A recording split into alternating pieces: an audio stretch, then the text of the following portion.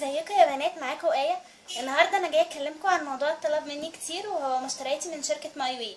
عشان اللي ما يعرفش، الشركه دي هي شركه مصريه ومعاها ترخيص من وزاره الصحه، يعني منتجاتها كويسه. هي عامه يعني الشاورات والمعطرات والمنظفات حلوين قوي منها. بس انا حابه اكلمكم النهارده يعني عن المنتجات التجميليه. انا مش هجيب سيره المعطرات او الحاجات دي خالص. اول حاجه عايزه اتكلم عليها هي البرفانات. هي برفاناتها كويسه بالنسبه للسعر السعر بتاعها يعني. بس طبعا ايفن واورفلام انصحكم بيهم احسن. انا جربت البرفان ده اسمه ويسبر ده، وجربت كمان البرفان ده اسمه تندر ده. انا جبت المجموعه الكامله من تندر، وده انا بيعجبني اكتر من ويسبر. الشاور جل بتاعه كمان حلو، وكمان كان معاه انا الشاور خلص يعني. معاه كمان اللوشن ده، المفروض ده لوشن معطر.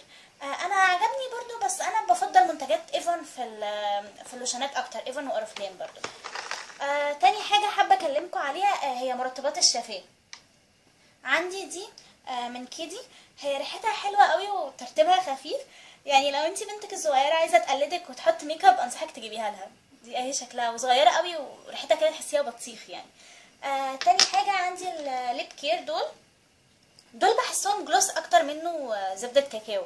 هما ريحتهم حلوه قوي والوانهم قويه يعني.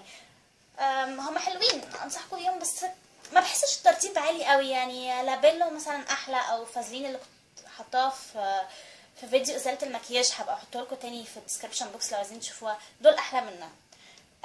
تالت حاجه عايزه اكلمكم عليها هي جلوسات من ماي واي.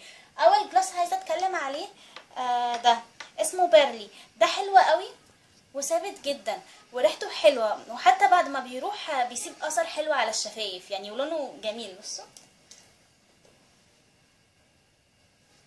بصوا اللون بتاعه، بحب احطه قوي الصبح يعني. تاني واحد هو الجلاس ده. ده طبعا شكله كيوت جدا، انا بحبه يعني عشان شكله بحب احطه في الشنطه، وهو كمان يعني بحطه فوق الروج المات بيديله لمعه ويخليه حلو. بصوا شكله ازاي جميل، بس هو اسمه ممسوح يعني، بس انتوا هتلاقوه. هو عامه يعني رخيص، فبحب افضل سايباه في الشنطه يعني. عايزه كمان اكلمكم عن الماسكارا دي. الماسكارا دي المفروض ان هي الناحيه دي بيضه والناحيه دي سودا. المفروض البيضه دي بتستخدم كبرايمر. الصراحه ما عجبتنيش خالص ووحشه يعني، ما انصحكوش انكم تجربوها يعني. ايفون برضو اورفلام احسن. بصوا هو انا عامه يعني بحب ايفون، شركه ايفون واورفلام اكتر، بس انتوا اللي طلبتوا تشوفوا مشترياتي من ماي واي يعني. ان شاء الله هعمل لكم برضو ريفيو لايفون واورفلام.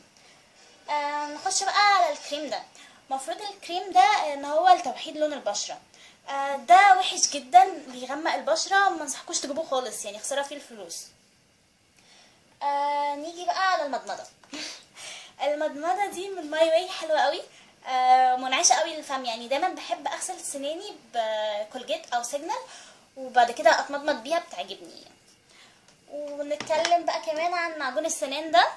معجون السنان ده انا جبته علشان بالتوت، بس ما عجبنيش خالص، ما بحسوش بينضف يعني. بس انتي لو اطفالك يعني ما بيرضوش يغسلوا اسنانهم وبيحبوا التوت، انصحك تجيبيه لهم، هتشجعيهم ان هم يغسلوا اسنانهم.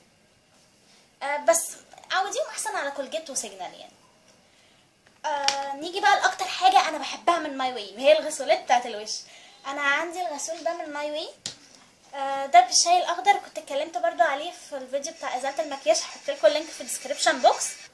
هو حلو قوي يعني، وبعدين هو ملمسه جل، فحلو قوي على البشره. وكمان الغسول اللي بميه الورد فظيع، جبت منه الشيب ده. الصراحه ما عجبنيش، حسيته خفيف وحسيته ما بيعملش اي حاجه يعني، بس هو ريحته حلوه عامه، هو بالاناناس والعسل. بس ما انصحكوش يعني تجربوه، ما يستحقش. هاتوا كلين اند كلير مثلا او غرنيه، هيبقى احسن منه. عايزه كمان اكلمكم عن السبراي ده لازاله رائحه القدمين. ده انا بحب ارشه في الشوز قبل ما البسها بحوالي نص ساعه، عشان اضمن دايما ان ما تبقاش فيه ريحه وحشه في الشوز، لان ما ينفعش بنته تبقى ريحه الشوز بتاعتها وحشه يعني. بس هو كويس قوي يعني. اخر حاجه بقى حابه اتكلم عليها هو معقم الايدين ده من ماي واي. انا جبت ده حلو قوي، وبحس بانتعاش لما بحطه نظافه. بس اللي بالليمون ريحته احسن يعني، هتلاقوا صورته في فيديو ايه موجود في شنطتي، وبرده هحط لكم اللينك بتاعه في الديسكربشن بوكس عشان لو عايزين تشوفوه. بس المعقم ده انا ما اقدرش استغنى عنه، دايما وانا بره البيت يعني بستخدمه. انا كده خلصت الفيديو وعارفه اني طولت عليكم خالص علشان هي بتختلف من شهر للتاني. بس عامه يعني ماي واي اسعارها رخيصه يعني مش هتكلفكم كتير، يعني مش زي اورفلام مثلا، هي رخيصه قوي. اتمنى الفيديو يكون عجبكم، ولو عايزين فيديوهات محدده انا هعملها لكم. نصيحتي بقى ليكم النهارده، لو انتوا شعركم بيتساقط حطوا كام نقطه زيت روزماري على الشامبو بتاعكم ورجوه قبل ما تستخدموه. ده هيقلل التساقط جدا مع الاستخدام.